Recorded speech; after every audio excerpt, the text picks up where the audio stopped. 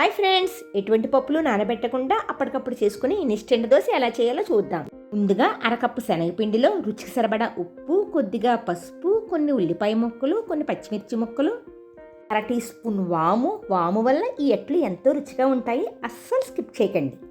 కారానికి తగినట్లుగా chilli flakes లేదా మీరు రెగ్యులర్గా వాడే కారాన్ని వేసుకోండి.